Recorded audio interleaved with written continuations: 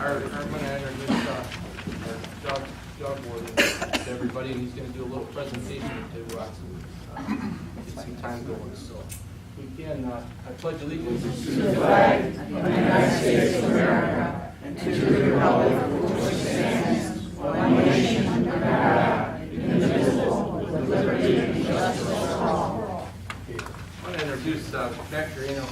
He's the Chief Geauga dog warden, and just a lot of people, just are unfamiliar as far as, what the dog warden does in the county. And I know that, in a lot of the cities, each city has their own dog warden. So here in Geauga County, we don't have the call in a lot of towns, nor the expendable dollars to have, a warden for every township, village, and city. So Matt pretty much handles it across the board. But I want to introduce Matt, and he can kind of give you a little bit of background as far as what he does and what he's all about.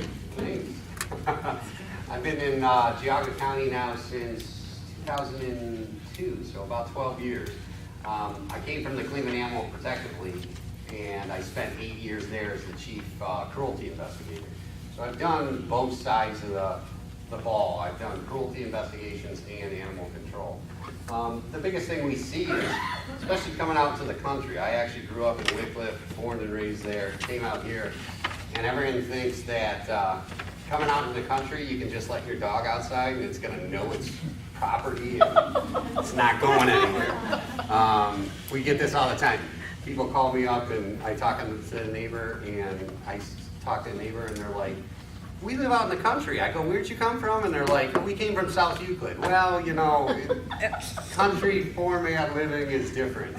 So a big thing is what my office has been doing is trying to educate people. And it's really, dogs don't know their boundaries. And until they know their boundaries, you can't let it go visit the neighbors. I was just talking to someone earlier that, I was talking to someone earlier that the neighbor wants to feed the dogs, and we've had feed their dog because, hey, it's just friendly, things. But then when the neighbor fights happen, the dog doesn't realize he's not allowed to go over to the neighbor because he's not in a fight with that neighbor. And then we get called in to have to do a license check, and then a license or a citation possibly for running at large. The commissioners have been great with helping out with everything.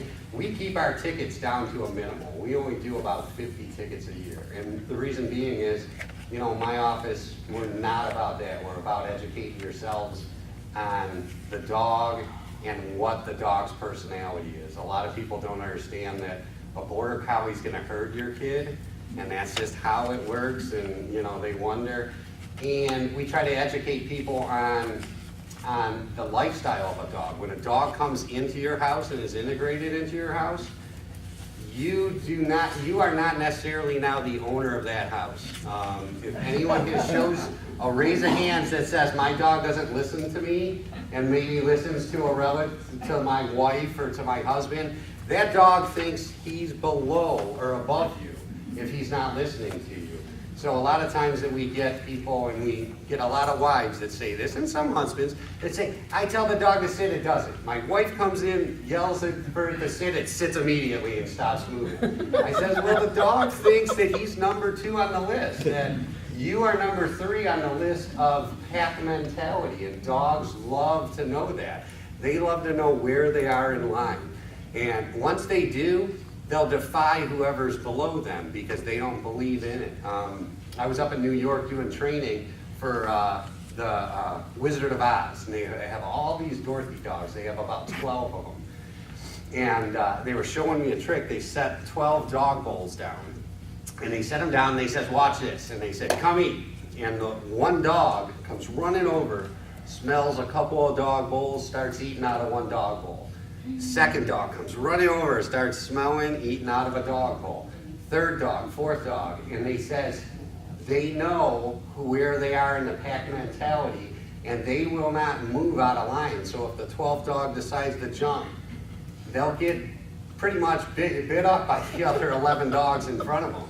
Dogs just have that natural instinct. It's actually a great thing to watch and all that. So we try to explain to people, have your kids in the room with these dogs, and if the kid says to sit and the dog doesn't, and the dog looks at dad or mom like, what am I supposed to do? As we tell the mom and dad, don't tell it to sit. Just sit there and wait for it, because the dog will eventually sit and realize that I'm, lower than the child, which is good, because that reduces the amount of bites. And we've seen a reduction of bites, and a lot of it is that education to the public and making sure that the animals are there. And we are on call 24 hours a day, so myself or my 2 deputies, which we have 3 of us, if the sheriff's department calls us, we'll respond out to the call immediately and we'll take care of it if we need to. A lot of times people catch dogs though, and it's a friendly dog, and unfortunately we tell them to hold on to it overnight, because the overtime and the stress that we got to go out at 2 in the morning sometimes is just tough to do. So we try to keep it at a minimum, but we actually do it great, and the community is just great in this area. I've worked Lake, Cuyahoga, and Geauga, and I really love working in Geauga. So, Do you have many dogs there now? we have 15 dogs there for adoption right now, and we actually took some from Cuyahoga County Kennels who were going to euthanize some, and since we had the space availability to bring them into our kennel, we actually brought them into our kennel.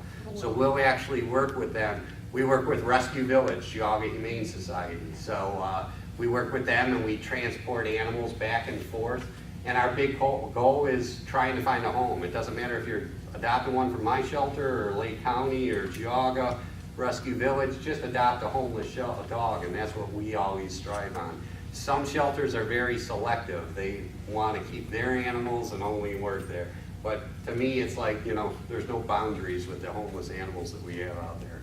Matt, maybe talk about your record as far as having to euthanize dogs and the conditions under which you do that. And I'll get to you. Sorry. Traditionally, we are the lowest in the state. We've been there since '02 when I came on. As I told the commissioners, we're going to run this like a humane society. This shelter, even though I go out, write tickets, and I'm an officer, when those dogs come into our shelter, it's really run by a humane society.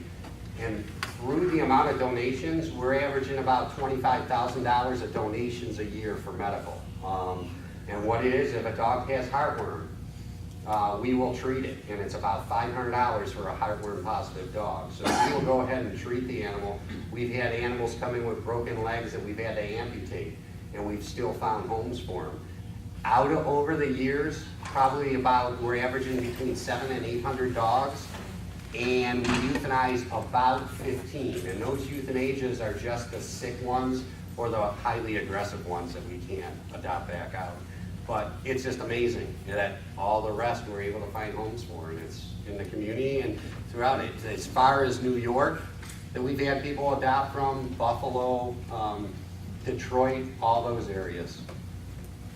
Matt, Linda O'Brien, you and I did some work together when you were in the APL. Yes.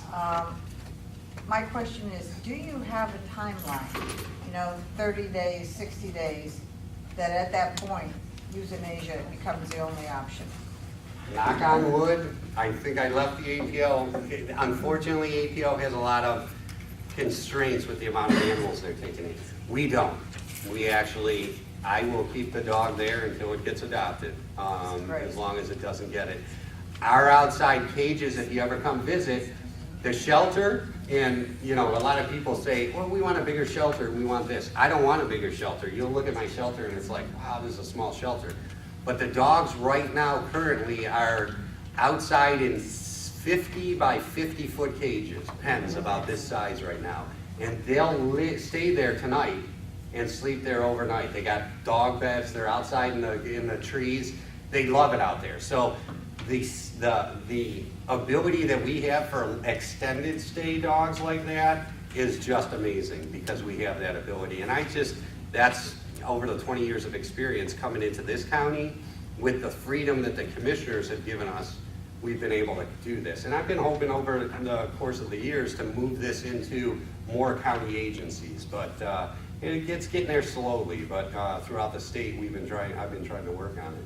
I still am picking up dogs on highways, so that hasn't changed. But do you have a drop-off that if, you know, if I pick one up at midnight, having the fact that I've got my own dogs at home, is there a way to drop it off at the facility? If it's in our, it's gotta be in our county, that's Right, the oh, yeah, law. that's- But absolutely, yeah, we have actually 2 drop areas, and we Okay. actually encourage that. And, Okay. you know, you don't have to hold on to it. We have that on purpose. There's straw in there, there's food, water, and then there's just there's actually a number you call. And you just call the deputy number or my number. Who's ever on call says, here's how to get in that cage. And absolutely, we Perfect. encourage that. Please come to our shelter. And a lot of people don't know that. They Yeah, think yeah. they have to hold on to it. My question is, you were talking about they're outside, which I know. Sure. What did you do this winter with it so cold and so bad? Oh, we don't let them outside. I should have did that. In the wintertime, we always bring them in. They're always, so we have inside cages. We just keep them in the wintertime in that area. If you ever look or come by, and if you're ever interested, we're actually looking for a donor to enclose, semi-enclose some of our outside cages so we can at least get them out in the wintertime in the bad weather. So it's something that we're actually interested in. We're talking to some people. Matt? Yeah. What breeds do you have available? I mean, I know they're probably all Heinz 57. Actually, I got this boxer that I just saw. Actually, it's funny because the group home is down there right now looking at our dogs playing. At night, sometimes they'll take a walk down, supervised walk down there, and they were there as I was leaving the shelter. So I have various kinds. We had this bull mastiff, about 90 to 100 pounds, great dog. And I was hoping to advertise it because of the Cleveland Browns and the bull mastiff mascot. But we have just, different mixed breeds that we have right now. But I can remember the boxer and the bull mastiffs that were in the cages. So you can actually drive there and drive through my parking lot and see the dog and pick one out. And tomorrow when I'm open, you can adopt it, seriously. Where is your place? Right by the safety center or the Geauga Hospital. We're on Merritt Road. Okay. So it's just that street. We're right next to the transit or across from And the big water tower, Yes. right Yes. next to the Geauga County Water Tower. One day I want the water tower to say dog adoptions with the big arrow that goes down and people can see it, but not Doggone yet. good. Then that just Great. the licenses real quick too, as far as the licensing. Yeah, dog licenses. And some of you might have saw an increase. We went from, unfortunately, we had to increase from 10 to 15. Those dog licenses are the only thing that runs the department, as well as fees of return to owners, adoptions. So none of the general fund is funded through my office. And it's a luxury that we have that we're able to do it. But the dog license is so important, not just to fund this department and these animals, but it's to get your dog home. As of today, if your dog has a license, I don't even have to pick up your dog. You know, if a neighbor says, hey, I got this tag number, we run it immediately, or the sheriff's department, and we don't go out and pick it up. And that's why, again, we reduce tickets, because we don't want we don't want your dog. Your dog we want back in your house. So we actually notify the owner, tell them where their dog is and bring it back. Licenses are very important. Actually, this year, we need to go after the people that have been continuously abusing our system by not buying a license. So we're actually gonna, probably, unfortunately, some of you good dog owners may get a phone call that says, please license your dog this year. And it's really, we're trying to, keep the price down low by going after the people that are violating the law. So it's something that I think we're striving for this year, is to use that as a platform for our dog control. Do you have the mechanical device to detect a chip inside of a dog's shoulder? Good question, or absolutely. identification? Every dog that comes into our shelter, we scan for that chip to make sure that if it does have a chip, we're averaging maybe out of our 800 dogs that come in, we're seeing about 5 to 10 dogs that have the actual chip. Out of those 5 to 10 dogs, we're only seeing about 2 or 3 that actually register those dogs. Because if you buy one from a breeder, if you don't register it in your name, it resorts back to the breeder, and there's no way to find you. So but it's actually what we want to talk, or what I'm probably going to talk about next year for our education is possibly having some microchip classes or stuff that you can have your animal microchip, so we can actually start doing that system even more.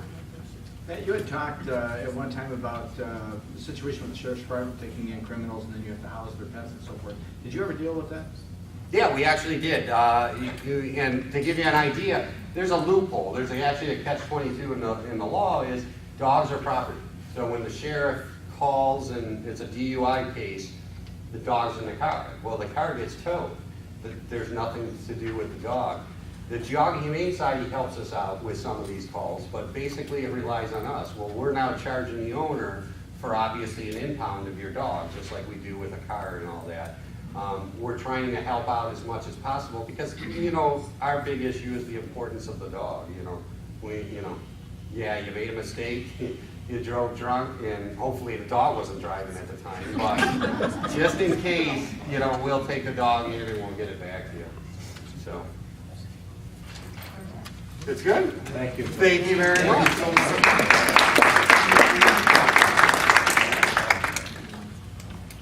Okay. Just a couple of house cleaning items that we've got here before our presentation. For the first item on the agenda, the Commissioner's Office is requesting the board cancel session for Tuesday, September the 2nd, 2014 due to the Labor Day holiday. I'll make that motion. Second? Commissioner Sweetie? Yes. Commissioner Rea? Yes. Commissioner Spiller? Motion stands approved. For number 2, the Commissioner's Office is requesting the board cancel session for Tuesday, September 23rd, 2014 due to the Perry Nuclear Power Plant exercise. I'll make that motion. Second? Commissioner Sweetie? Aye. Commissioner Rea? Aye. Commissioner Spiller? Motion stands approved. And then what we would like to do is we would like to read the Commissioner's Office is requesting the board approve and execute resolution 14-125 honoring St. Mary Parish Festival. I'll make that motion. Second? Commissioner Sweetie? Aye. Commissioner Rea? Aye. Commissioner Spiller? Aye. Do you guys want to read on this, or Dan, you want to read it? should we read it? Who's going to read it? Who's going to read it?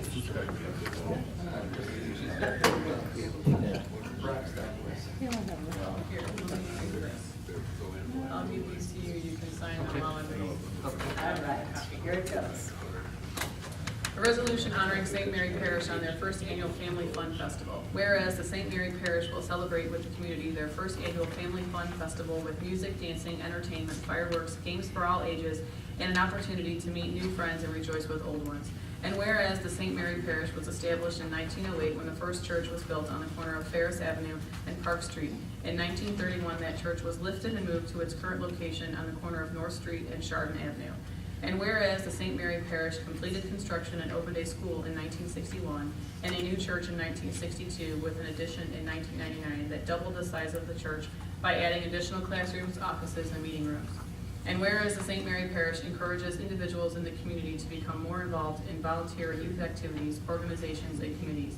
Now therefore be it resolved that the Geauga County Board of Commissioners do hereby honor St. Mary Parish for their involvement and invite the community to celebrate with them on July 25th, 26th, and 27th, 2014, as they hope to start a new tradition with family at their first annual Family Fun Festival. Be it further resolved that this resolution becomes part of the permanent record of the Board of Commissioners of Geauga County, Ohio. Thank you. Okay, and I'd like to turn this over to Commissioner Samidi for introduction of our special guests tonight. All right, we've had a lot of questions as to how our gas tax money is used for the transportation, for the construction of roads and bridges. And we have this evening, and thank you to our two guests, actually three guests. Our first guest is Grace Galucci. Grace Galucci came from Cleveland. She lived here originally. She then moved to Chicago, where she was managed a $4 billion budget in transportation. And she was she came to Cleveland to apply for the job that Howard Mayer had retired, and Grace was, of all our candidates, and we had many, many candidates, she was the most superior candidate, and she was voted by the board, the entire board, to take over the direction of the NOACA board. And she is here with us this evening, Grace Galucci. In addition, we have Myron Packish. Myron Packish is the Deputy Director for District 12. We are in District 12. So the monies that go to the state and district, he handles roads in District 12, and he'll explain to you what other communities are in that district. Additionally, with us is Mr. Patrick Holtz. Patrick is a resident of South Russell and has been for many years, and I guess he grew up there too. So he also works for NOACA for external affairs, and he puts together some of our things that we need in Congress. So that then goes to Virginia Ainsley. So there's quite a few things. So at this point, I would ask Ms. Galucci if she would like to start her presentation. And are you going to run it, or? Well, Are you good? whatever helps. Is everything? We have a remote over here. Okay. So she has something that she can.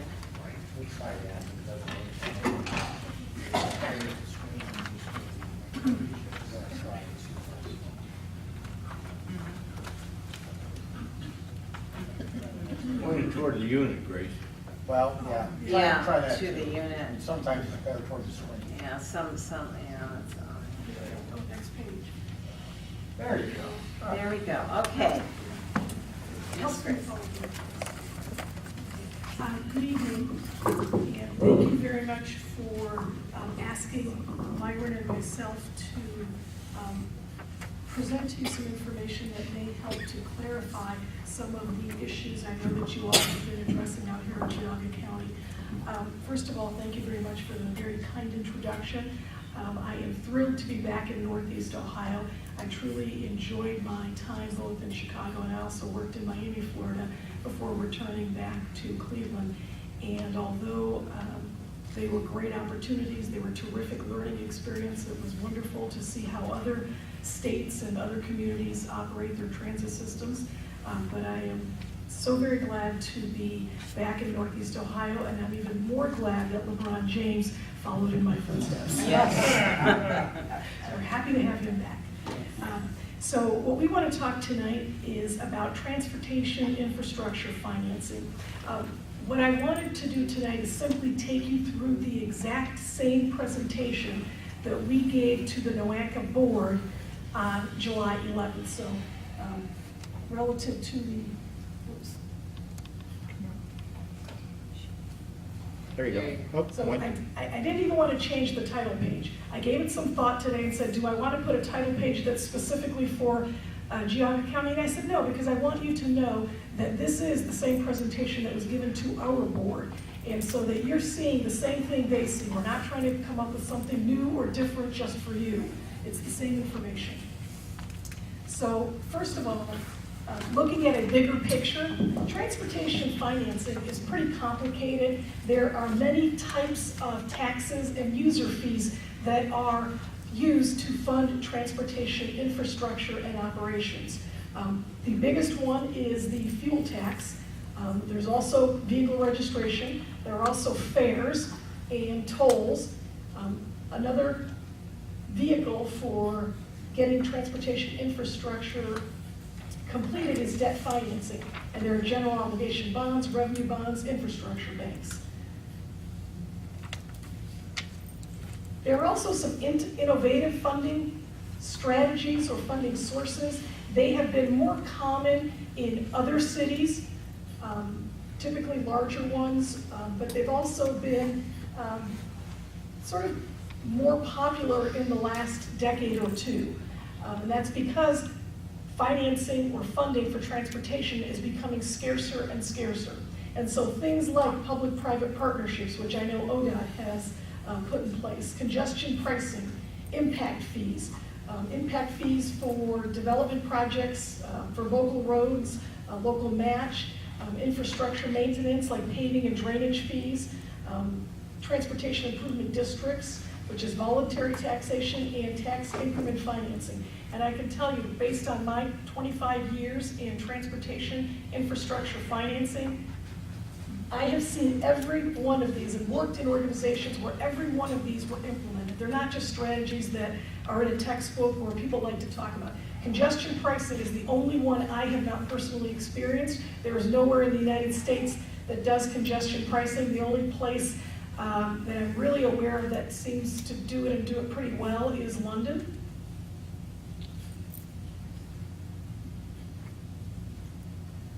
So here in the United States, the largest source of gas tax at the largest source of infrastructure financing at the federal level is the gas tax.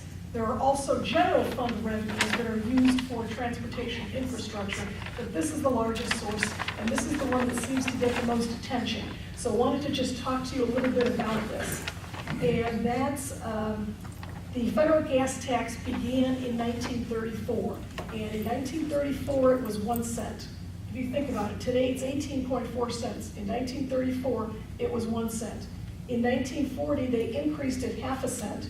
In 1951, another ½ cent. In 1956, which was the year that the president at the time, President Eisenhower, began the highway infrastructure program, there was a 1 cent increase to the gas tax to make it 3 cents. But actually what was more important than just the increase in the tax was that it was set aside in a dedicated account called the highway account, the highway trust fund of the highway. I'm sorry, is it the highway account of the highway trust fund? Yeah, it's the highway trust fund, and then there was a highway account. So that was 3 cents. In 1959, 1 more cent. In 1982, and this is a big one, there was a 5 cent increase to the gas tax put in place by President Ronald Reagan and the Congress at the time. And what was really important about this gas tax increase is that in addition to 4 cents being put into the highway account of the Highway Trust Fund, they created a special account called the Mass Transit account of the Highway Trust Fund and put 1 penny in there. So President Reagan actually set aside, in fact, I don't have the quote, and I don't know if you have the quote with you, Patrick, and maybe you can find it, but it's a terrific quote that President Reagan said when he put this in place, suggesting, I'll paraphrase, suggesting that freedom means mobility, the ability to go from place to place when you want, how you want, and that this would allow the next generation legacies for our children to be able to travel by road, by public transit, by however they wanted to get there. And that transportation is really a system. It isn't just roads or it isn't just public transit, it's a system of working together. And particularly when you think about why would transportation taxes relative to fuel tax be used for mass transit. I can tell you that in Chicago, when I worked there, even the state contributed lots of money for public transit. And the reason is for every bus that was filled with people or every train that was filled with people, that was that many more lane miles we didn't have to build. That was that many more autos that didn't travel on the roads, wearing down the roads. And so it was considered a good thing. That being said, you have to have the right densities and you have to have the right type of infrastructure in place that allows that to work in your communities. Clearly in a community like Geauga County, that may not be the best solution for transportation why don't you read it? This is President Ronald Reagan.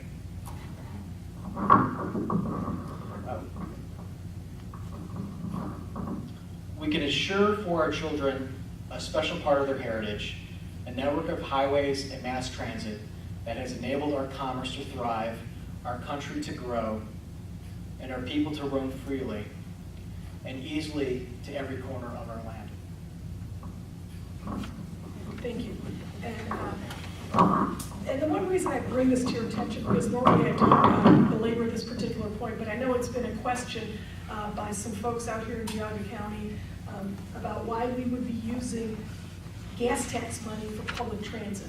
And it's because in 1982, when that gas tax was passed, 1 penny of it was specifically passed for the mass transit account. If they were not going to create the mass transit account, it only would have been a 4-cent increase. So it's not as if money's being taken from the highway account and put into transit. They're 2 separate accounts, and they were created that way. In 1990, there was another 5-cent increase under George H.W. Bush. That was the second largest in the history. And there we had money put both into the highway account of the Highway Trust Fund as well as the mass transit account of the Highway Trust Fund. So we had another 1/2 cent for transit and 4.5 cents for the highway account. In 1993, under President Bill Clinton, there was 4.4 cents added to that. And now we have 15.5 cents for the highway account of the Highway Trust Fund and 2.9 cents for the mass transit account of the Highway Trust Fund. So that's basically where your 18.4 cents of the gas tax goes. In addition to gas tax, I mentioned there are general revenues that also support the building of infrastructure, but there are also other taxes, and it might be in my next slide. Let's see.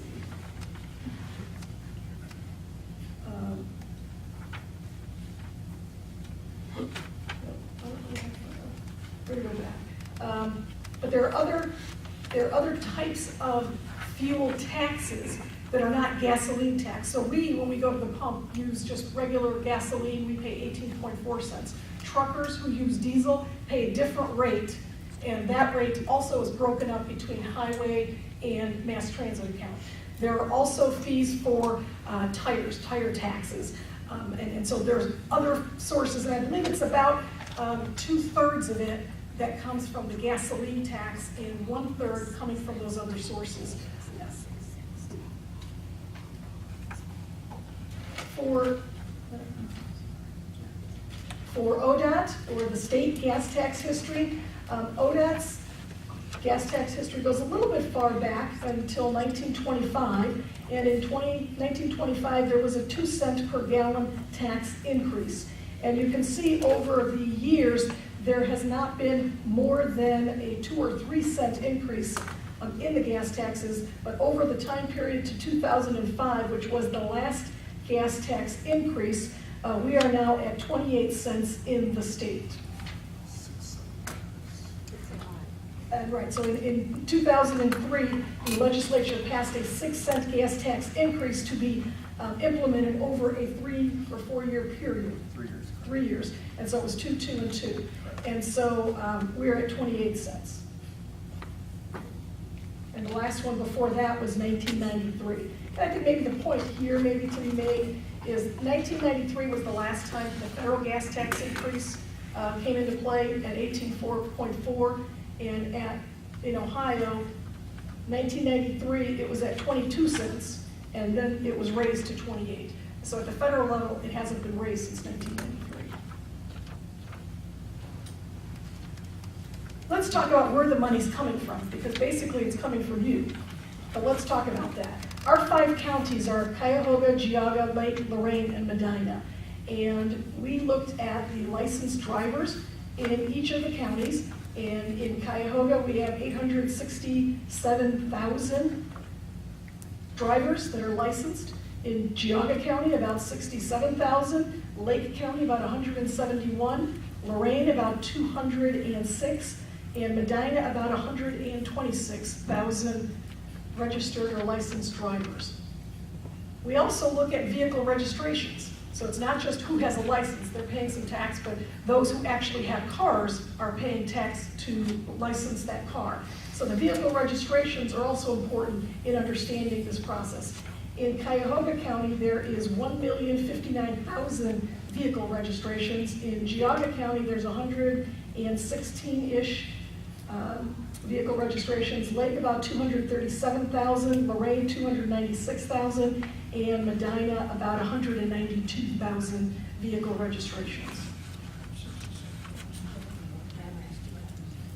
In terms of gallons of fuel consumed, again, this is where the money comes from. Each time you buy a gallon of gas, 18.4 cents goes to the federal government and 28 cents goes to the state government. And how much fuel do we actually use? A 10-year average between 2004 and 2013, Cuyahoga County consumed about 608 million gallons of fuel. Geauga County, 45,000 gallons of fuel. Lake County, 125,000. Lorraine, 141,000. And Medina, about 91,000. 90 million. I'm sorry, million. Yeah, million. So that actually is 608 Billion. No, million. half, over half a Sorry. billion. Sorry, million. Almost half. Over half a Yes, billion. so 608 million for Cuyahoga, 44 million for Geauga, 125, 141, and 90 for Medina.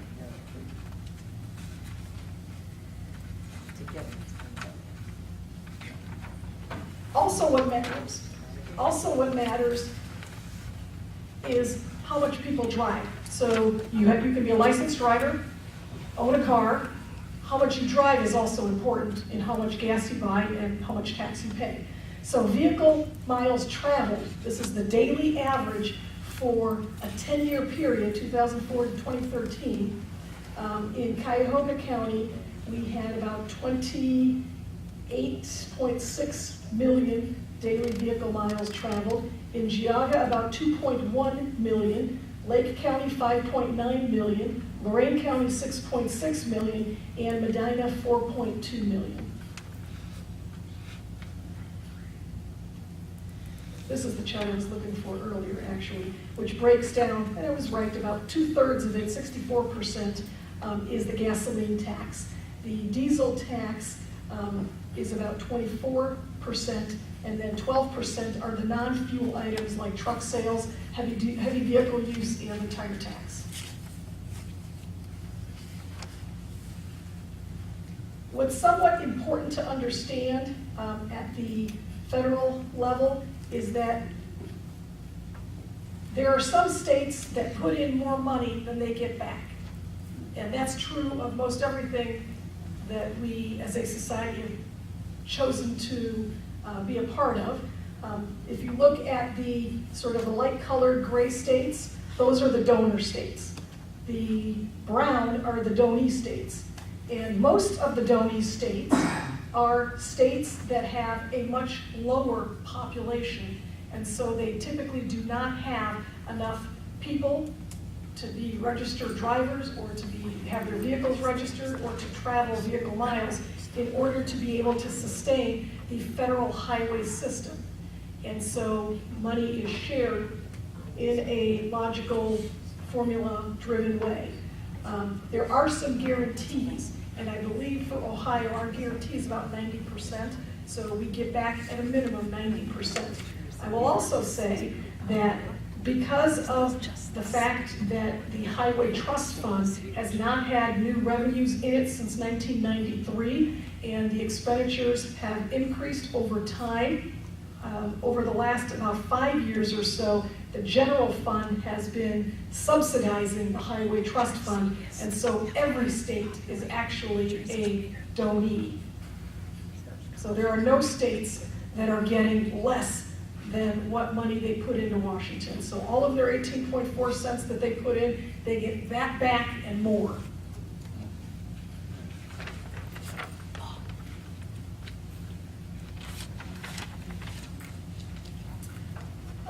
Kind of just a recap, or kind of just a basic explanation, a little bit more of the taxes.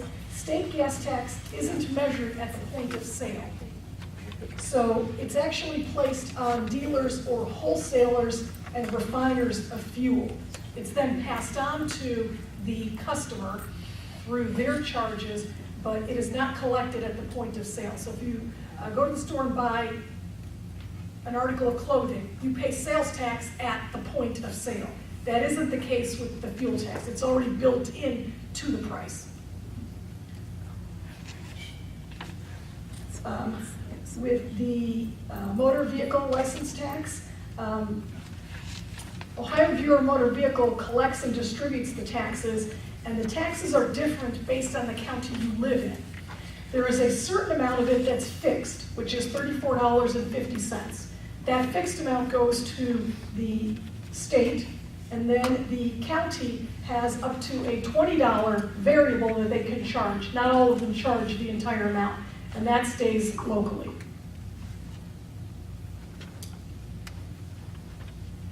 State gas tax. This is a chart which maybe I will let Myron, if you wanted to talk about it a little bit, I can highlight it and then Myron can answer more questions, because I know he's got the same chart in his presentation because we took it from his chart.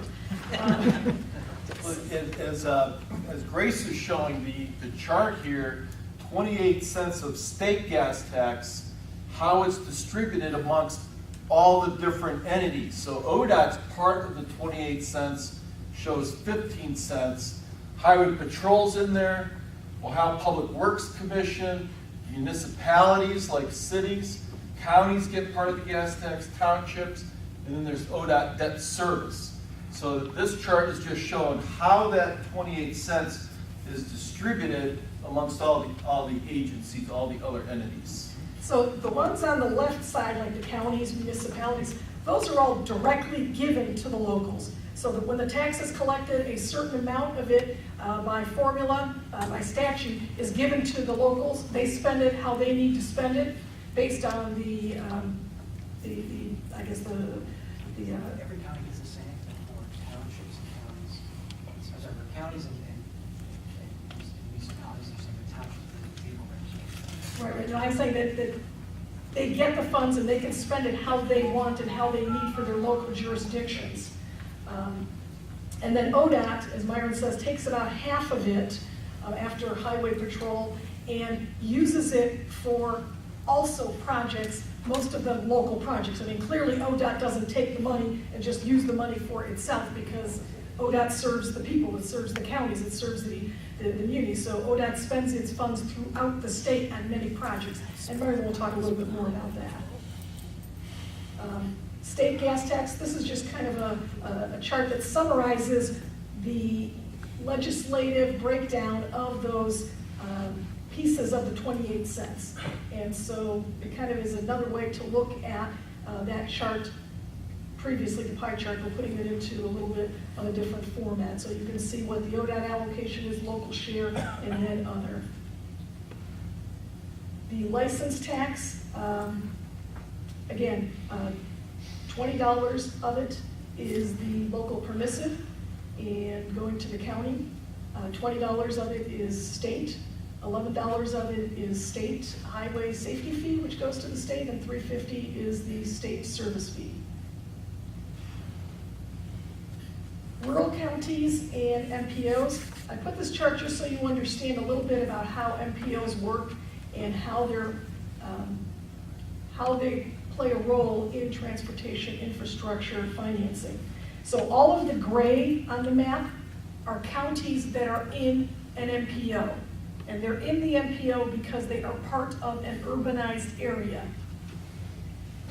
Geauga County is a very unique county because you have a part of it, albeit a small part of it, that connects to the Cleveland urbanized area, but much of your county is also a rural county. And the way the state of Ohio classifies a county is based on the county seat. And so because your county seat is in Chardon, which is part of the urbanized area, this is considered part of the urban counties for the purposes of the MPO.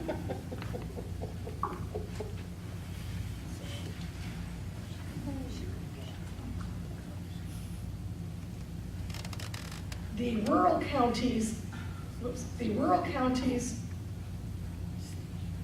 still have much of the same planning requirements, but they're executed through ODOT as opposed to a regional planning. So they're done at the central or district ODOT level. Just to kind of give you a quick snapshot, this might be way more information than you actually want. But we tried to calculate how much funding goes into the state coffers, what comes out, and kind of look at what gains and losses exist per the licensed driver. And similar to the United States map, rural counties, because they don't have enough population to support much of the federal highway system or the state routes, they tend to have more of the funding per licensed driver than the urbanized area, either NOACA's urbanized area or other MPOs. So if you look at that, NOACA and the other MPOs, which are the urbanized areas, basically each licensed driver pays about $36 more than they get. And the rural counties, those drivers get about $127 more than they pay. And this is just another way to look at that. If you look at where the money comes from and where it goes to, about 77 cents out of every dollar out of Cuyahoga County comes back to it. About 87 cents out of Geauga County comes back to it. 90 cents in Lake County, 91 in Lorain, and 74 in Medina. And the ranking of this makes Cuyahoga County, out of 88 counties, it makes it the most unfortunate of the, or no, the second most unfortunate of the 88 counties, and it gets the least back that it puts in. But none of the counties in the NOACA region are that high up, and largely due to the fact that we're more urbanized, and therefore we have more people, more licensed drivers, more vehicle miles traveled, and so therefore we also have commerce, and we pay a lot more of the fuel tax than the more rural areas. And that, in a snapshot, or in a couple of snapshots, is the basic crux of the kind of transportation financing 101. And I'll let Myron talk a little bit more about how the state actually operates, because I know that's pretty complicated too. This is just the funding piece of it, and the gas tax piece. When it comes to actually who takes care of which roads, that's even more complicated. Very good. Grace, excellent job. Thank you. I think that's all just. Grace talked a lot about how the funding is complicated, and I agree. The funding is extremely complicated. I will add to what Grace said. I don't have a presentation to give you. I wanted to do more with the commissioners.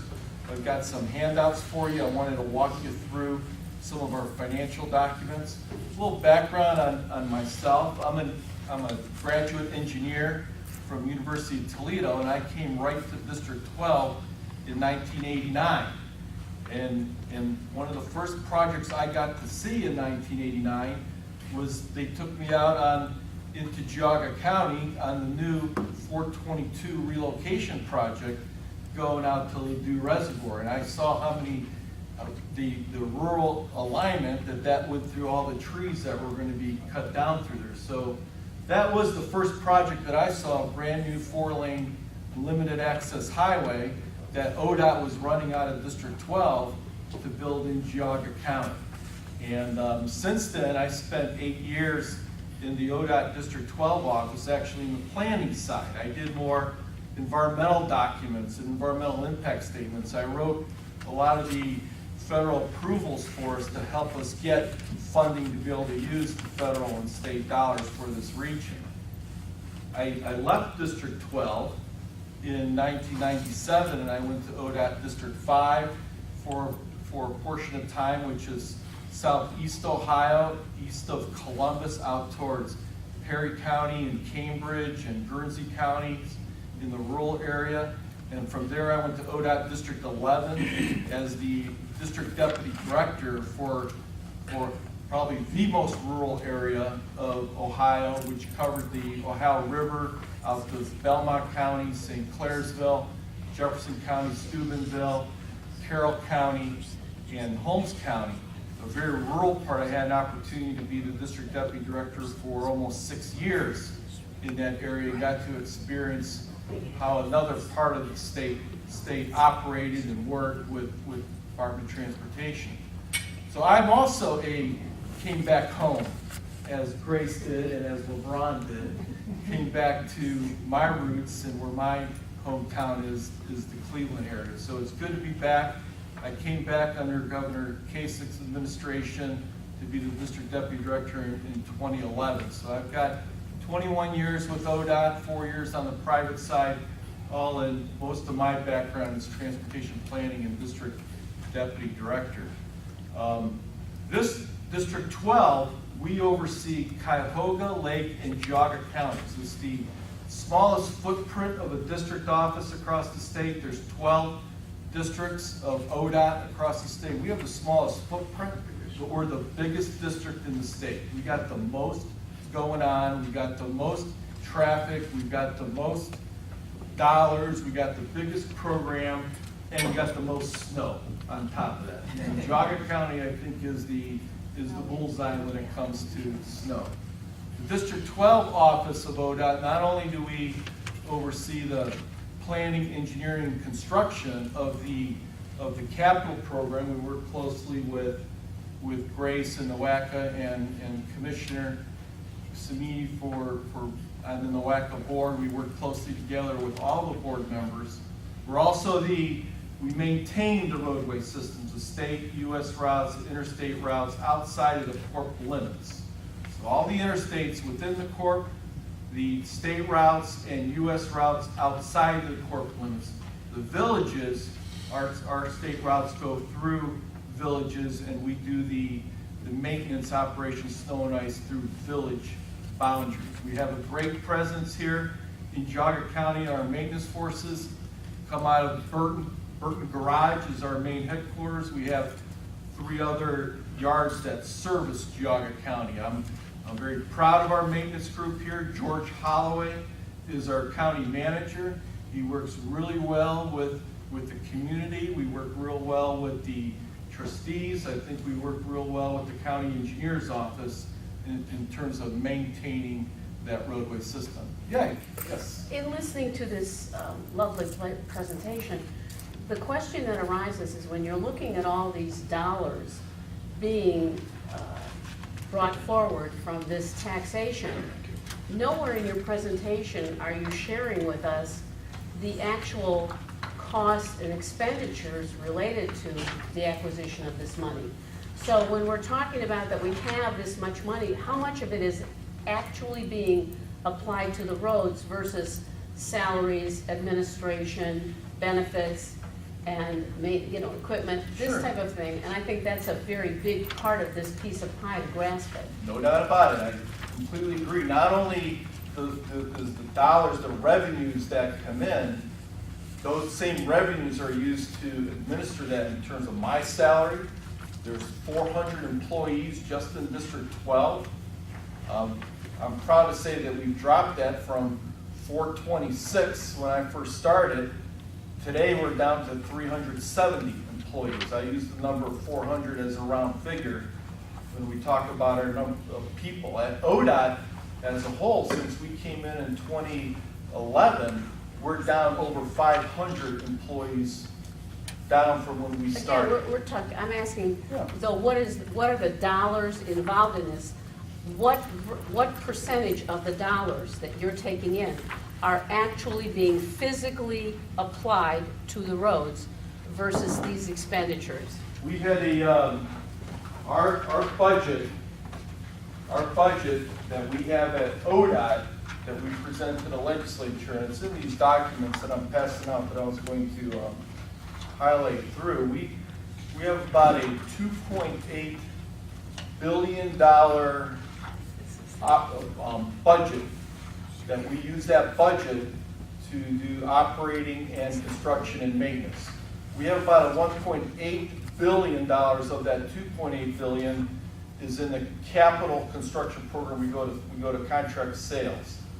About $500 million of that, in addition to that, is for snow and ice operations. We have about $400 million worth of payroll in that for the state of Ohio. And all those are all this information in terms of what you're asking about is on our website. ODOT has a Office of Finance website you can go on to, and there's an annual financial report that's this document right here that I've passed out, Office of Finance, and you'll see every single dollar of the revenues that come in, they're completely broken down into operating, maintenance, and capital. So you'll see how all those dollars are distributed across revenues we get in and how we spend those dollars. What is that website? www.dot.state.oh.us. It's ODOT's main website, and you'll see across the top divisions. Under division, you'll see Office of Finance. Under Finance, on the front page of Finance, you'll find this document every year. This is right. I printed out the 2013 fiscal year document, so you'll see every dollar that comes into gas tax, the 46 cents a gallon per gallon of gas tax, all the dollars that come in, where does it go? It's all in. Okay, and if you need more details on that, we can share that with you. I'll find you. I Sure. have one other question. When we're looking at where these dollars are expended, and we're looking at the fact that these dollars are not just going to the roadways that many people connect that gasoline dollar to, they're going to bike trails and ferries and a lot of different modes of transportation. Why aren't people, if I own a bicycle, why am I not having that tax on my bicycle? Why am I not having that tax on my tires? Why is it only being focused upon those individuals using consuming fuel? Transportation is viewed as a multimodal transportation system. All forms of transportation are considered an ability to utilize dollars from the gasoline taxes. But they're not paying their fair share.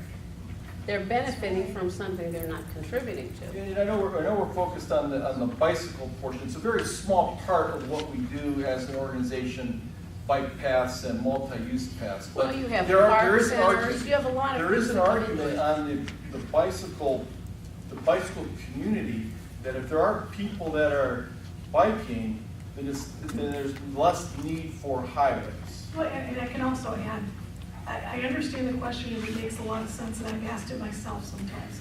And as I've talked to folks and tried to look at why things are the way they are relative to taxes, how it seems to be explained is, well, first of all, there are gas taxes collected from folks who never set foot on a road. For example, most of you probably have lawnmowers, and your lawnmowers use fuel, and your lawnmower pretty much doesn't leave your lawn. And so you're paying a gas tax on the gas that goes in that lawnmower, but that's going to pay for roads or transit or others. So not everything is a one-to-one. And with bicycles, maybe one way to understand this is part of the rationale for connecting the use of the gas tax to roads is that a vehicle is very heavy, and the weight of the vehicle determines how much wear and tear is to the road. And a bicycle with an individual has virtually no damage, no impact to the road, but a car or a truck does. So that's kind of the thought. Another rationale that was told to me by a county engineer, which makes sense, and it's sort of along the same line of Ronald Reagan's idea of why include mass transit in the whole transportation system when it comes to the revenues. Again, every bicyclist that's using the roadway as a form of transportation is one less car that is on the road, which then alleviates congestion, which alleviates pollution, and et cetera, as well as it's less wear and tear on the roads. So those are the ideas, and I think the key is, as Patrick said, or I think Byron said, the actual cost of those projects is absolutely minuscule compared to the $2.8 billion that is spent. That is correct. Grace talked a lot about it in the presentation on the revenues, where the monies are coming from. Starting on page 15 of your bound document, you'll see a lot of the appropriations of the operating and the uses. Where do we put those dollars? And it starts off with the personnel budgets and numbers of ODOT. It gets into our fringes and our salaries and our benefits. So you could go through this at your time to see how much overtime we're using at ODOT. You can go through there and see how many consultants are we hiring to help us with our internal operations. The consultants that we hire, it's broken down into the various product areas, the work types that we need them for. And then then it gets into the capital beginning on page 21, and you can see where those dollars are going once we start using the dollars to build our infrastructure. There was one chart that I wanted to specifically highlight that summarizes all the ODOT revenues and expenditures in one chart. I'm going to try to find it here quickly. That I want to. Well, as you're looking for that, I can also, something Patrick just said to me clicked finally. He was talking about recreational vehicles, and I didn't understand what he was saying, but it just made a light bulb went off in my head. Things like snowmobiles or boats also use gasoline for recreation, and so there's also that connection of people who use gasoline for recreation, therefore their taxation could go into some recreation function. Yeah, the chart that I'm referring to, I can't seem to locate it here at my fingertips, but you'll find it on the website. It shows a revenue line. It shows how our debt service first pays what we pay first. Then it's our administration operating. Then it's preservation of our program, and then the last thing that we get into is our new infrastructure. So you'll see it's a very small part of what we do is new infrastructure. Majority of what we use our dollars for is preservation of the existing system. And I will say that with ODOT, I can tell you that ODOT is Ohio is one of the states that is extremely conservative in its expenditures relative to transportation, and it does that on many levels, as Myron's talked about, the efficiencies, trying to do more with less. But based on the Ohio Constitution, no funds from the gas tax can be used for public transit. So there is no money from the Ohio gas tax, the 28 cents, being used for anything but core roads and bridges. So that is a difference.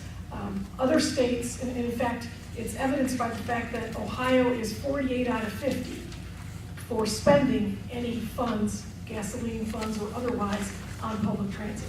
So it's all the way at the bottom. It's 48 out of 50. So ODOT really doesn't do a whole lot with its gas tax other than roads and bridges, the core rationale. Most of the bicycle facilities tend to be part of a complete streets program where you're building roads, and as part of that road program where you're rehabilitating, you're striping it, you're including bicycle facilities if it makes sense to do so.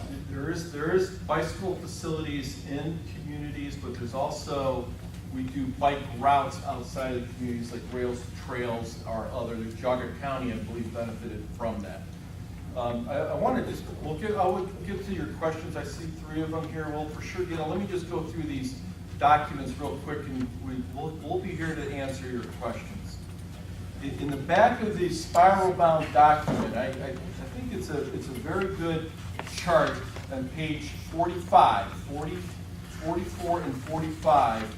It's broken out into the 12 district offices across the state and work types of the $1.8 billion worth of construction work that happened across the state. You'll see all the different work types and by regions across the state where those dollars were applied. So you can Do see. you have that information? We're gonna see if we can get We're on going to it. try and pull it up I mean, here. it's the fact that going through this presentation, I was trying to figure out what the objective of the presentation was when you were going through your slides. And I wasn't, in all honesty, I was hoping you would help me figure that out because it wasn't getting very clear to me. And now that you're in this part of it, it's as though, you know, a curtain came down and we're not allowed to see what you're talking about, and now I really can't understand what the objective is. So Well, if I could forgive start me with this. the website. Well, yeah, no, actually, and Mr. Blair is gonna pull it up so it can go up on the screen. I mean, it would be helpful for us to be able to see what you're saying. And I appreciate that. I should have put this, I could have put this entire presentation on a PowerPoint, or I could have called it up on the website.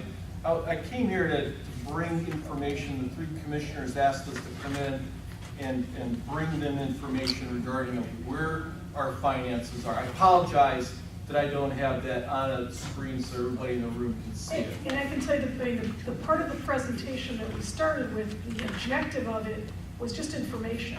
My understanding as the invitation came to us is that there are a lot of questions about the funding of transportation projects, and particularly the gas tax itself.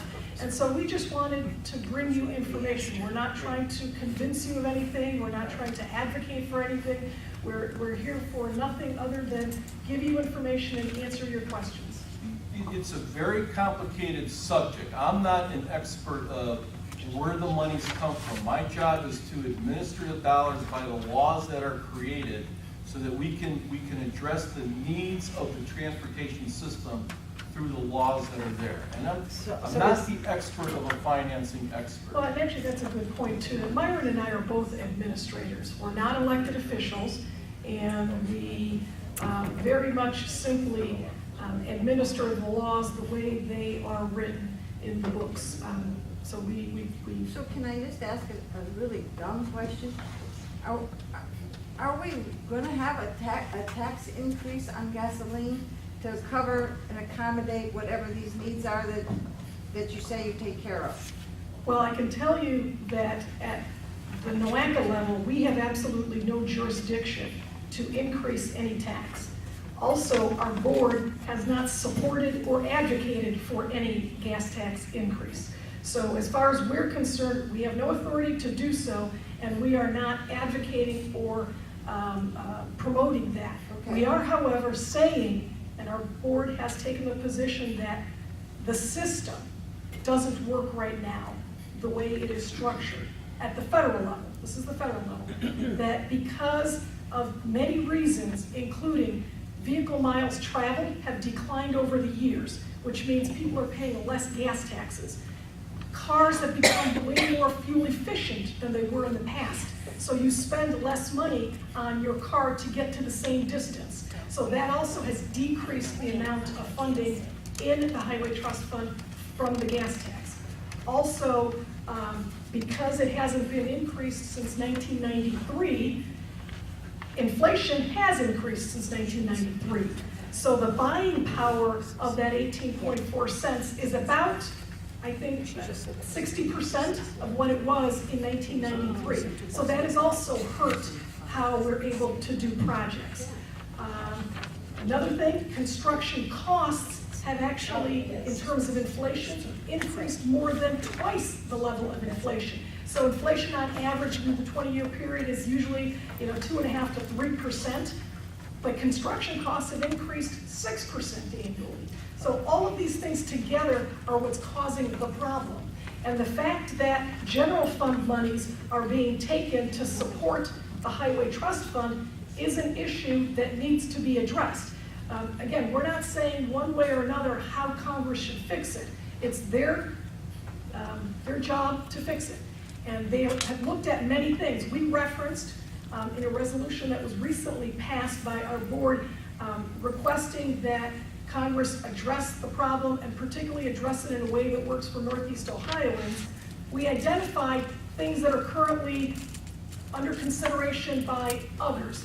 For example, the U.S. Chamber of Commerce, from a business perspective, has supported or encouraged or endorsed or recommended, I'm not sure which language they used, a 15-cent gas tax increase. There are a bipartisan coalition of, I think they're House of Representatives, a Republican and a Democrat, who have gotten together and proposed a 12-cent gas tax increase, 6 one year and 6 another. The Vice President, actually he was in town a couple months back, and I had the opportunity to speak one-on-one with him. and specifically asked, how do they intend to address this issue? And he stated clearly that the administration did not have plans for a gas tax increase. Their immediate plan was the repatriation of funds from businesses that are overseas. So encouraging them to come back to the United States and giving them some kind of a, I don't know what you would call it, a less of a tax burden if they came, but then using some of that money for transportation infrastructure. The connection there, of course, is that the highway system is all part of the Commerce Act. I mean, that's really where the history of it comes from. And so the highway system, the road network, impacts businesses in a very positive way if it's a good system, in a very negative way if it's a bad system. So that's been proposed. Public-private partnerships have been proposed. A tax on vehicle miles traveled has been proposed. So there's been lots of different things proposed or discussed. We're not taking a position on any of those. Our board members have been very clear. Yes, there's an issue. We have crumbling bridges, crumbling roads, crumbling transit infrastructure. There's issues out there and they need to be addressed. They are not in a position to determine what's the best way to address those. Only our congressional representatives are. So let them, they have the information, they have the research, they've got the Congressional Budget Office at their disposal. They have a better opportunity to work out what the best is. It's interesting that mostly what I have heard out of Washington is that there is no gas tax increase proposal that would be passed. That's been stated a number of times publicly, that it is something that's not very popular. So they're looking to alternate ways of fixing the problem. That's all I can tell you. Well, of the slides that you had up there, I just had one question. When you said, the 100%, 87% comes back, or 78%, that particular slide, are you thinking of the one I'm thinking Yes. of? Well, my question is, where's the other 13%? Where's the other 22%? Who took it? Where? So there are actually two slides. The one that you're referring to was just the Ohio, 28 cents. And I was looking at our counties, and because we're urbanized counties, and I think Geauga is the least urbanized, you are the most rural, so you are actually in the best position out of all 5 of us in terms of getting funding from the state, because you are a rural and they take care of some of those roads. It's still loading the whole thing. Yeah. It's just taking a long time. It's low, yeah, we don't have. And so, but where does the other money go to get to the 100%? Well, the state of Ohio has an interstate system that goes through the entire state, both for use by citizens like yourself to go to work, to go to the doctor, to go see your families, to do whatever, as well as by businesses. And so a large portion of the interstate system is used for freight, right? The truckers use it. And the system has to be maintained regardless of where it is. And if it's in a county that has virtually no population, the road still has to be maintained, and the truck traffic and the people traffic still have to go from one end of the state to the other. So the answer to that question is, it goes elsewhere in the state for projects that are needed that benefit the whole state. I just didn't see anybody getting 110%. Well, no, that was at the state level. Now, let me talk to you about the federal one, which is the one that was the United States with the, so that one, I didn't have the percentages on there, but basically it's for Ohio, it's 90, 91, 92% over the years, but that's only based on the actual amount of money in the Highway Transportation Trust Fund. So what I said, which is the money we put in. So out of the money we put in, we're getting 92 out, and the rest of it's being distributed, again, throughout the United States for nationally significant projects in other areas that need to have a connection to us, so we're connecting the United States. But the Highway Trust Fund does not support all of the expenditures that it currently has because of the issues I talked about earlier, like inflation or less vehicle miles traveled, so there's less gas taxes collected. And so the general fund has been having to subsidize it. So I could, and I didn't, but I put that chart there to try and just explain the concept. But currently, for the last 5 years, all states have been over 100% because the general fund supports all of the other projects that are needed. So at this point, and actually, I didn't bring that slide with me. See, also that was what I've been looking at is a 10-year average. So when you look at the 10-year average, it's not over 100%, because that's only happened over the last 5 years. If I did one for today, it would all be over 100%. And what I've done though is I've also looked back from 1956, from when the Highway Trust Fund account was set up, until today, looking at the averages. And some Just states, keep it right there. Right. So you can scroll down just a little bit more. All right, so these are the, just one more, scroll down one more. This is the chart in the back of the book. All of you can go on the internet and look at this. Across the top, you go down just a little bit more, you'll see district offices. All right, District 7, 8, we're District 12 here in this region, Cuyahoga Lake and Geauga. And you can see the amount of work that we're doing in each of the work types in 2013. So this is a 2-lane system, greater than 2 lanes, the interstate system. Bridges, number of bridges that we did, work-wise, culverts, major new, major rehab, local government projects, we work with our local governments, LPAs, safety projects, guardrails, we do herbicidal spraying on our operating, mowing work, noise barriers, rail rest areas, and a few other areas there. You can see in District 12 how much we spent in each of these areas. We did 155 miles worth of paving. There were 76 $70 million worth of bridges, culvert work. We do culverts in-house, major new,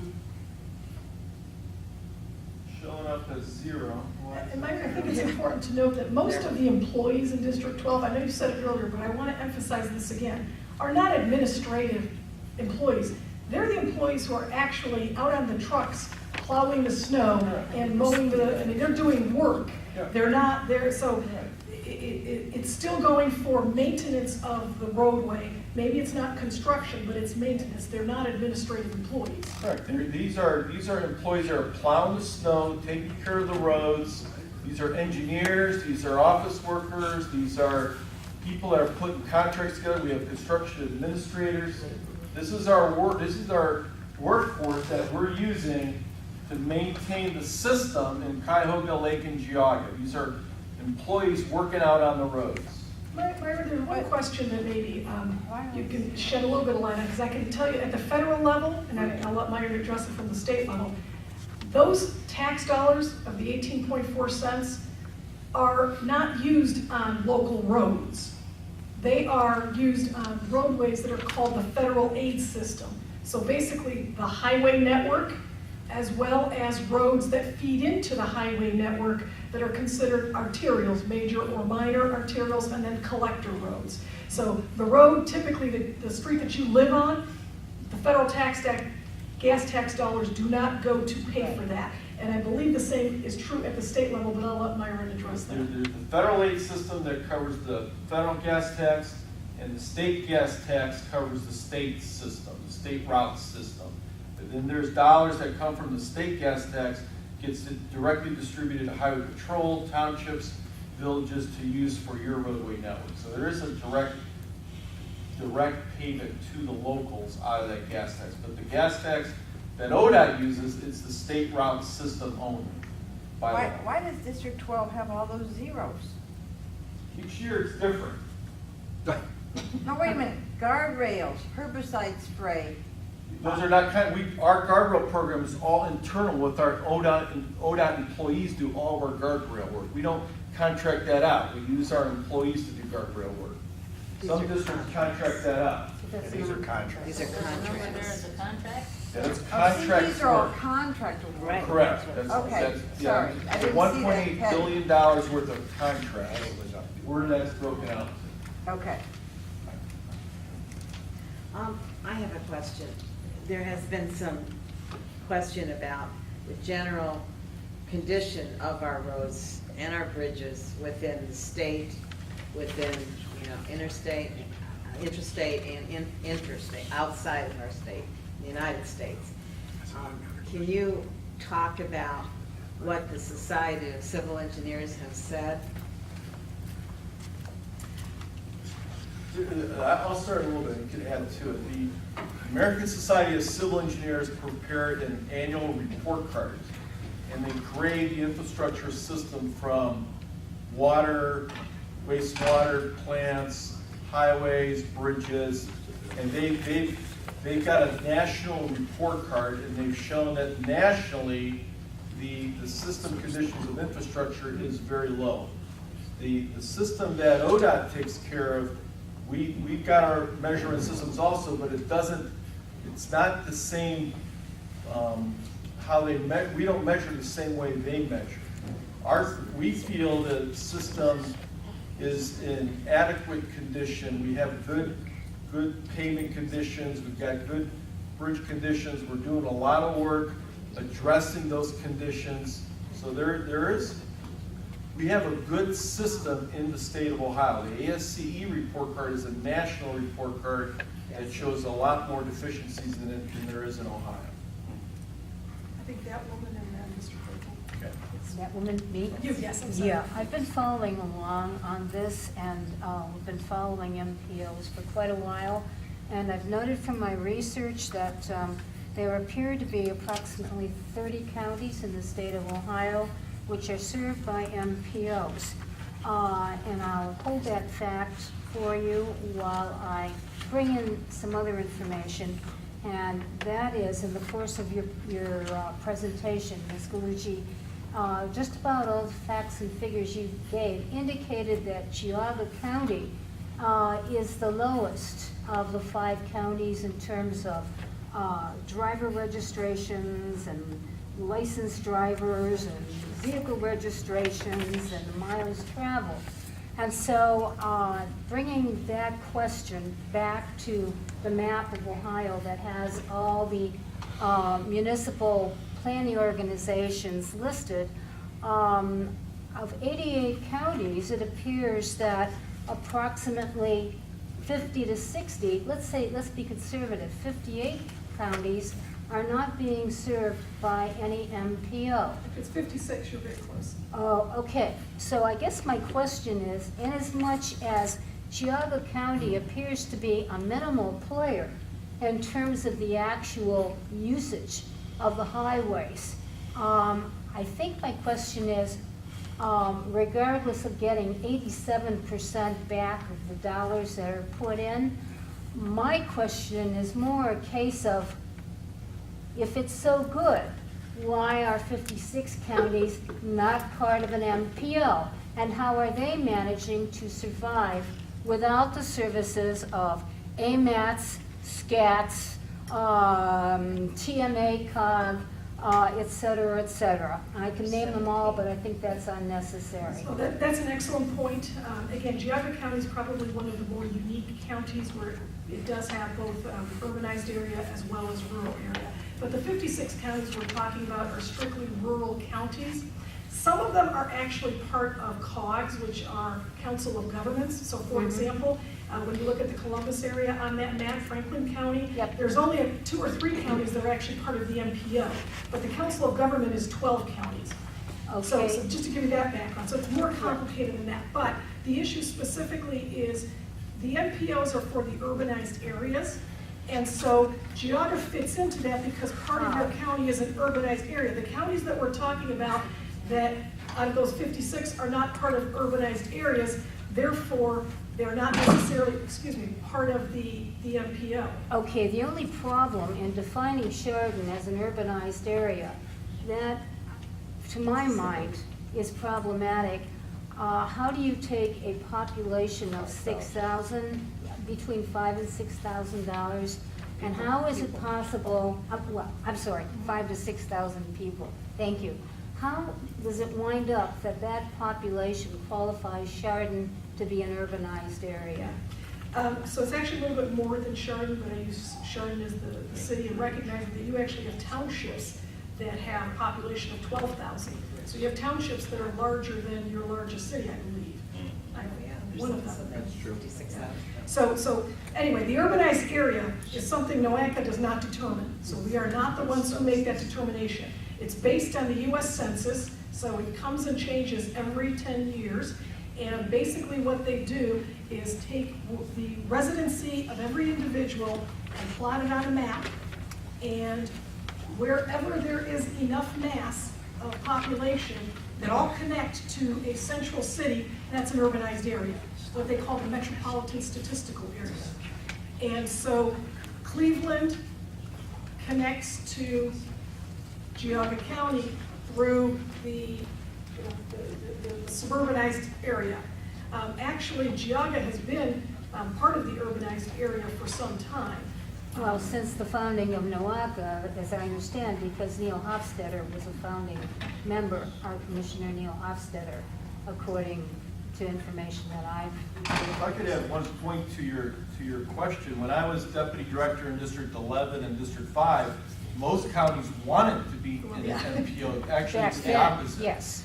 And they rather be in the MPO because it gives them access to additional dollars to help them with their needs. And a lot of the meetings that I would go to with the county commissioners, they would sit there and say, how can you help us with our roads? We need more help. It's not that they can't address them, they need help. And so Geauga County is unique that it has the ability to have access to dollars. You know, and I will say that is a good question. It's been brought up before, and it is something that we're looking into because there have been some residents of Geauga County that have stated that the rural part of Geauga County should not be part of NOACA. And certainly we are responsive, or try to be responsive to the citizens, so we will look into that. Again, Mr. Pakish is right. Throughout the state, most of those 56 counties that are not part of an MPO would like to be part of an MPO to be able to access funds. There currently is about $3 million or so that Geauga County gets, the Geauga County engineer, that it would not get if it were not part of an MPO. That may be a valid point, but in conversations with engineers in other parts of the state, I believe they were south of us, the ones that I talked to, but the opinion that I got was that they were happy not to be part of the bureaucracy, and they were happy not to accept the federal dollars because of the strings that they perceived would be attached to them. And I would not have referenced that, but your comment prompted. Yeah, no, and again, it's a valid point. I will say that the MPO, I mean, the counties that are not MPOs that are getting funding, for example, from the bridge program, those are federal dollars. So they may say that they're not getting federal dollars and they don't have strings attached, but they are. They're not getting it directly through the MPO, but ODOT's bridge program is federal dollars. Correct. So the federal dollars are being received in those counties. What's also important to understand is the role of a county engineer is much more significant in rural counties than it is in urban counties, because urban counties have their own city engineers.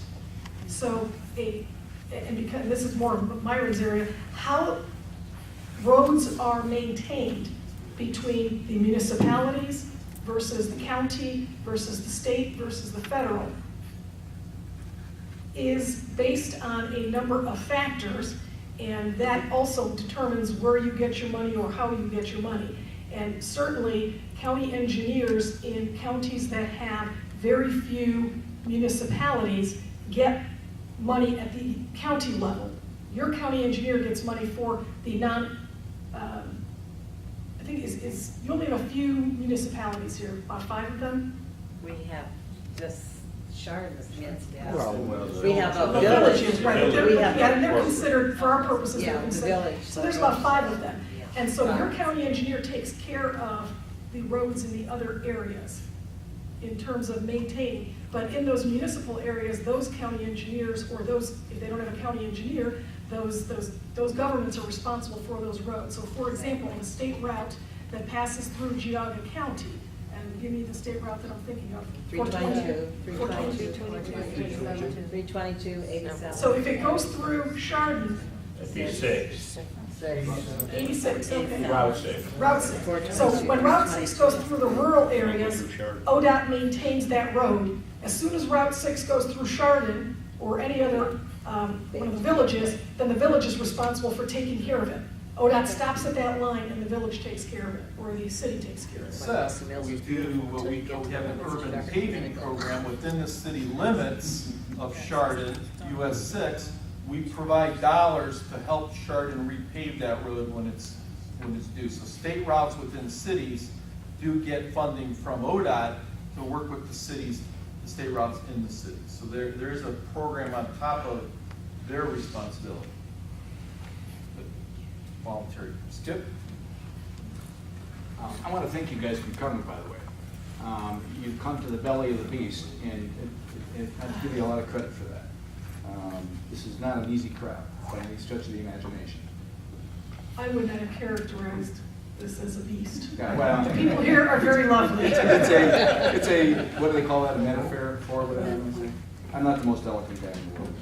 By the way, since we're into selective quotes from President Reagan, I happen to be unique in this room because I was fired by President Reagan in 1981 as an air traffic controller. So he's not my favorite president, as some might be surprised at that. But Reagan also said, relative to transportation, he wants to see, and I'm quoting here, it says, President Reagan administration says it wants to see the people who use the transportation systems to pay a greater share of the cost. So he may be in favor of the transportation systems, but he wants those who use the systems to pay for the systems. And that would have, I would have assumed that to be what Reagan would have wanted. This is a very, as you guys have said, this is a very... If I may, that's exactly, and I believe that quote because I've read it, it's actually part of the same speech that we took the quote earlier from. He was referring to the gas tax increase, so adding 5 cents to the gas tax, which was the largest increase in the history of the gas tax, was what he was referring to. Yeah, but I mean, the point being is, he's not wanting those of us who drive cars to pay for mass transit. He wants the people who ride mass transit to pay for mass transit. And so, I mean, yeah, that's, well, okay, we can disagree on that. We'll go back and we'll look at the quotes. Perhaps you're right, I don't know. I've been wrong before. And, but with that said, interesting questions that I heard up here, not seen a response to, and I've been going through both this document, which is the program resource document, which talks about all the programs that ODOT is involved with. That is on the website also. It's also on the website. Great documentation. We're spending a lot of money to get it, so I would suggest you go grab these documents because we're paying a lot overhead for those, as well as this document, which you referenced. This is very complicated. And so a question that I still have, and I don't think you'll be able to answer it tonight, Myron, but it would be an interesting question to have answered at some point in time. Maybe you can bring it back to the commissioners, and that is this. We're paying 18 cents a gallon to pay the federal government. We're paying 28 cents a gallon to the state of Ohio. In this document, which is also on the ohio.tax.gov website, this says you get 75% of that money that we collect for the state of Ohio, 28 cents a gallon. So ODOT gets 75%. And so the question is this: we're giving a lot of money to all these various organizations. Each of these organizations has overhead associated with them. So ODOT has overhead. I've not figured out in all the complicated charts that you've got, and they're great, pretty charts. Somebody spent an enormous amount of time putting all these graphs and charts together. I have yet to figure out what the actual revenue stream is versus the administrative cost. What the percentage is, what does it cost us as citizens to have ODOT manage and administer all of this? And you and I have had this conversation. I talked to Joe Cattell about the roads in Geauga County, and we were bantering and having a little fun, and I suggested, or Joe suggested, give us back our money, or a small percentage of it. We'll take care of all of our roads. We don't need ODOT to come take care of our roads. We'll take care of them all. We'll hire 15 more people. We can take care of our roads. Which is overhead. Which is, okay, that's overhead, but we can do it more cheaply. That was the hypothesis. Now, the only way to prove that hypothesis is to kind of look at the numbers more. I've been trying to figure it out. I've not been able to figure it out. So the young lady that was up here that asked that question, it's a good question. We've got NOACA, who cost us a lot of money to administer funds. We've got ODOT, the state of Ohio, which costs us a lot of money to administer funds. We've got the federal ODOT, which only gives us back 90%, so they're taking 10% to administer funds.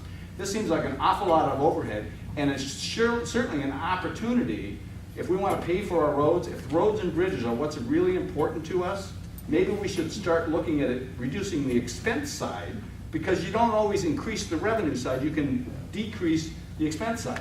In addition to that, there are in this document lots of things we spend money on that are not roads and bridges. That 75% goes to park roads, and I mean, I was going through it earlier and all that kind of stuff. And so the bottom line question, I'm sorry, I'm going to just boil it down for you, is what is it costing us across the board to manage our precious dollars? Because we've got to, at some point in time, stop increasing the taxes and start looking at how to better manage the taxes we're giving you. So if I can address that first, I've spent 25 years in the public sector. Before that, I was in the private sector. My background is I have a business degree, worked in the private sector in a couple Fortune 500 companies, was getting my MBA, had to take 2 courses outside the School of Business, took it in public policy, thought I could apply business skills to government to make it more efficient. That's what I chose to do. Later on, I got another master's degree in focusing on urban planning, and I have spent most of my career in financing and operations management of transportation funding and infrastructure management. I can first tell you that when I worked in Florida, we did analyses that looked at contracting out versus contracting in. And this was at a county level. It was more efficient to have the county maintain its own roads in some cases than contracting it out to the private sector. We chose to do that. In other studies, it might have showed something different. We did that. I guess the point I'm trying to make there is absolutely everything that's undertaken has a cost-benefit analysis done. And we look to the most efficient and effective way to spend the funds. I also want to be very careful when you say administrative overhead. You used, for example, the 90% that Ohio gets back and the 10% is administration. No, that's not true.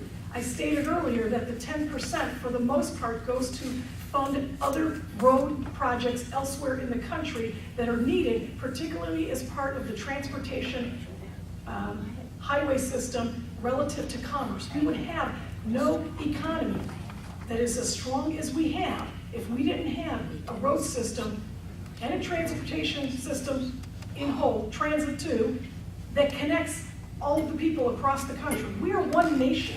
We are one nation under God. That's what we say, right? That's what our Constitution says. We have to fund the transportation system in the entire land. So most of that 10 goes to that. Some of it goes to overhead. And it's a valid question to ask about what is the overhead to make sure that we're keeping it down. There's no doubt. I haven't studied it recently, but I can tell you when I've looked at these before, they're pretty slim. I mean, what Myron is telling you is that he's had a reduction in staff of 15%. That's huge. I mean, Thank you, John Casey. and Myron. Yeah, and I worked hard. We worked hard. It's very important for us to reduce our overhead. That is a big deal. Equipment, materials, facilities, buildings, light bills, reducing the more structure. It is on my mind every single day to reduce overhead. That is critical. But let me just add one thing on the federal side. The federal gas tax, 18 cents. The monies that are coming for federal money, we put all of our federal money into construction projects. None of that is administrative. That is in contracts. Those are our contracts that we're selling to build roads and bridges. So that federal 18 cents is, I believe, the way I view it, in construction that is not part of overhead. I am overhead, 100% overhead. I'm administrative. If there's 400 people in District 12, I've got 60 managers, so 340 people are working on the roads. I don't view that as administrative. The person that's driving that snowplow is not administrative. That person is doing a core function of the Department of Transportation. So 60 managers, 340 employees to get the work done in District 12. Okay, we're going to take one more question if we can, unless these are quick questions. That's a quick one. I have a quick question. If I may just add one more comment to answer that question. I want to also state that In my 25 years of transportation, infrastructure, finance, and management, and I've worked in 3 different states, I have worked for Democrats, I have worked for Republicans. One of the reasons that I have truly enjoyed my work in transportation and transportation infrastructure, it is one of the few areas that is bipartisan and nonpartisan. Roads and bridges, public transit, those aren't for Democrats or Republicans, it's for both, it's for everybody. Everybody enjoys the economic benefits and the personal benefits of a good transportation system that gives us freedom of mobility. So I just want to put that out there, that this is not a partisan issue, and I hope we don't try to make it a partisan issue. All right, but I think the question before, though, it's getting lost to a lot of this. It's economies of scale. You have different agencies managing different monies. Is there a way of streamlining those agencies? It's not an attack on either one of you for what you're doing. We're just talking economies of scale. With all these different agencies managing public money, is there a cheaper way of administering those programs in a united fashion? I think that's a great question, and it's a question I've asked myself every year in the 25 years I've worked, because every budget I put together, I've asked that same question. I can tell you, same as Myron, I have reduced every budget or lived within those means. At NOACA, since I have taken over, I have increased the number of work hours being performed at a reduced or same cost. So. No, not you. Are you guys overlapping? I'm Are very you two overlapping, or other agencies? No, and that's what I'm going to address. Your presumption is that we all do the same thing. They're just different levels of the same thing, and that's simply not true. We each have different functions, different objectives, different ways we do work together. There are things that overlap, but not overlap in a duplicative way, overlap in a collaborative way. Now, it doesn't hurt to look at it. When people bring it up, I think that's a good thing. I don't consider that an attack. I consider that a very thoughtful point. And so certainly we will continue to look at those things. But the idea is also particular to NOACA. I do take exception to Mr. Claypool's comment earlier that we cost $7.5 million to administer $35 million in funding. Our job isn't simply to administer funding. If that were the case, yes, that's very high overhead. We do not simply administer the funding. We are a regional planning agency. There is much more to be done relative to planning for those infrastructure needs of transportation and integrating it both with the state, the local, and the federal system. That's something that ODOT doesn't do, and it's something the federal government doesn't do. It's done at the regional level. It's also something I'm sure that isn't done at the county level or isn't done at the township level. And that argument that you bring up about can things be done more efficiently, there's arguments on both sides. You can make everything more efficient by centralizing everything at the federal government level. Right? No. That was simply a devil's advocate argument. There are people that think that. In the private sector, that's how it is. In the private sector, centralization is how they achieve efficiencies. There's one headquarters, and there are many regional or district offices. So that's one argument. Another argument is, why have county engineers? Just let every township manage their own roads then. You know, I'm just saying, there can be different arguments at different points. Maybe we should have the state take over everything and no federal or no local. I mean, there's many different ways to organize it, and I always look at these things and say, I'm not the first to have thought of this. We're not the first to have this discussion in this room. This discussion has been had for the last 50 years as the federal highway system was put in place and as the automobile has taken its way to the American heart. I mean, we love our automobiles, and as we have done that and learned to drive and get out there, these questions have come up and they've been discussed. The system that's there is put together based on what were the best available solutions at the time. It's great to check them every now and then. This is a good time, we should be checking them. And we'll continue to do that. But please don't think that that there's rampant inefficiency. I'm not saying that there's not somewhere and that there isn't there, but yes, the system that we're looking at or that we live in isn't simply an overlay of one agency over another. Okay, you have I do, and I'd like to switch gears a bit. My question is not a fiscal, a financial question. You said that NOACA is a regional planning agency. NAOSCC is a planning agency. We've made several references to what President Reagan said. You paraphrased him when you said that freedom is the ability to go where you want to go, when you want to go, and how you want to go.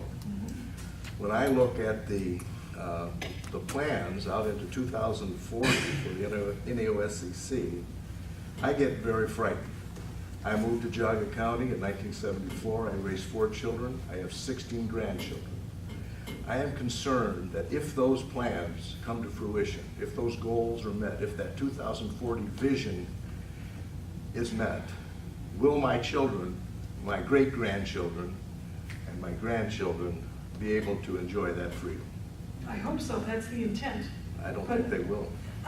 Because Yeah, so it changes the whole character of this county. That's what I'm saying. I don't think it does. I mean, I can talk to you separately on that, because certainly NOACA has been involved in that, but again, making the distinction, NOACA and NEOS are 2 different organizations. We are not the same organization. We participated in the development of that plan. NOACA is responsible as a regional planning agency only for transportation planning and environmental planning related to air quality and water quality for the 5-county region. NEOS was going into many other aspects of regional planning. But Grace, excuse me for bringing this up. Why then does the NOACA strategic plan include references to NEOS and endorsing the NEOS concepts? It doesn't. It does. And I can show it to you online in the various charts and so forth you brought to workshops. You brought charts to workshops, and forgive me for, and I'm not wanting to disrespect you, but you did.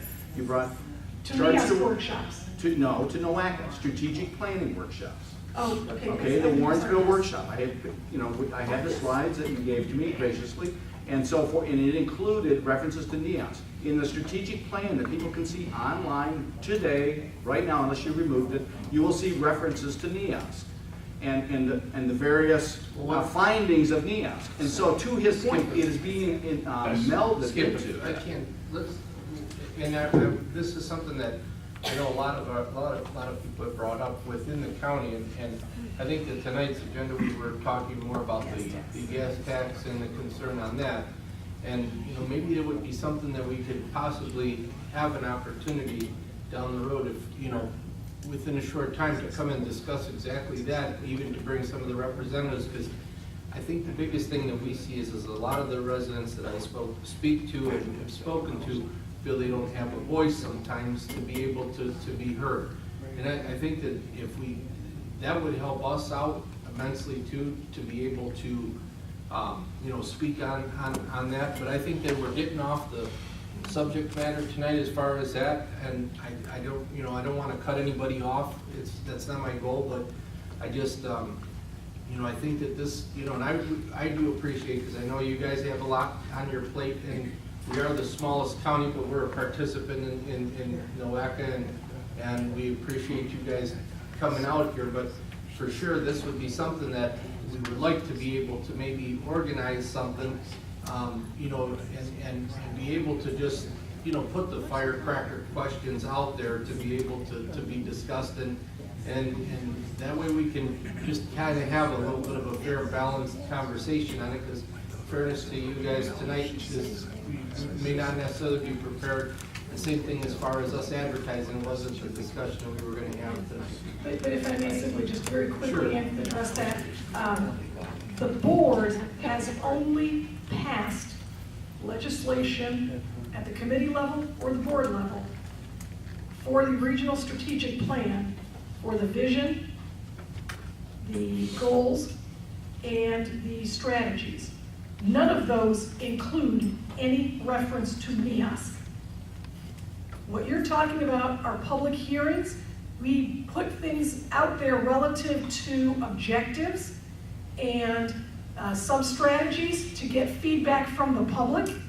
We are still yet to bring that in detailed form to the NOACA board. But as of right now, the NOACA board has not endorsed the inclusion of NEASC in the regional strategic plan, in its regional strategic plan. That being said, the citizens have a right to comment on it, which is why we brought it to public hearing.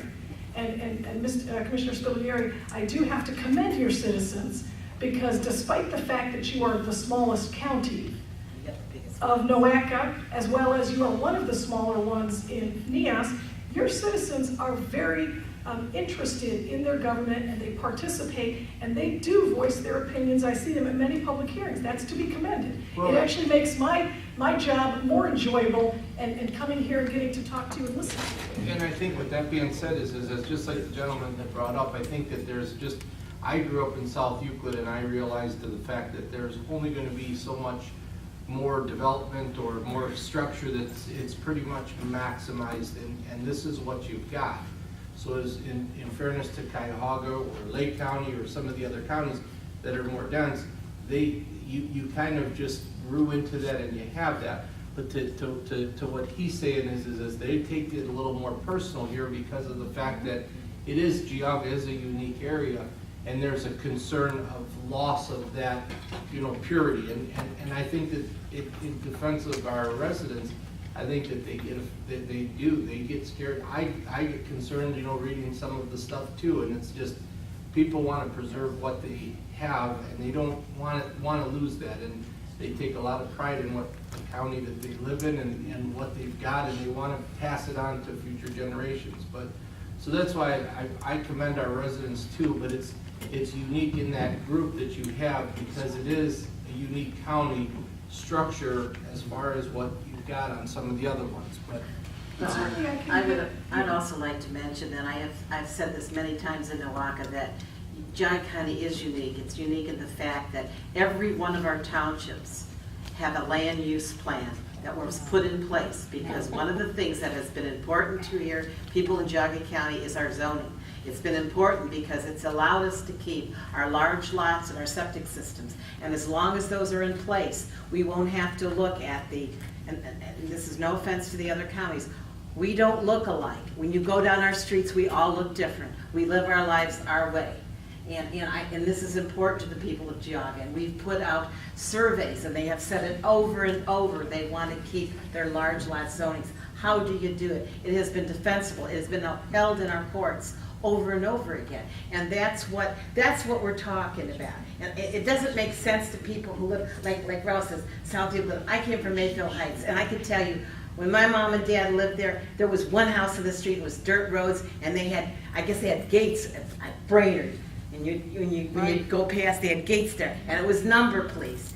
Well, I saw that place change from dirt roads, and there was woods, and we had street forts. I talked to Greg Student. He says, yeah, they took my tree fort down. It was across, and I know exactly where he was. And they put up all this stuff, and then next thing you know, you've got a city. This is not what we want. We want to raise our children in open air, lots of space, places to go. And that's what you're hearing. If they're not saying it, that's what you have a right to do that's that. What we want. And my understanding is that your plan would support that, and decisions are still made at the local level. But certainly we would try to put together another panel for you. yeah, boy, that would be interested. excellent if we could do that. It would be a huge help for us. And thank you for coming. Thank you very much.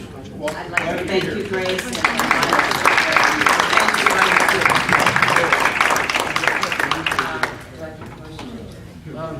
Do we want to just to make our official meeting here, as far as just covering some of our meetings for the Commissioner's Office on the 29th, we'll have a regular meeting.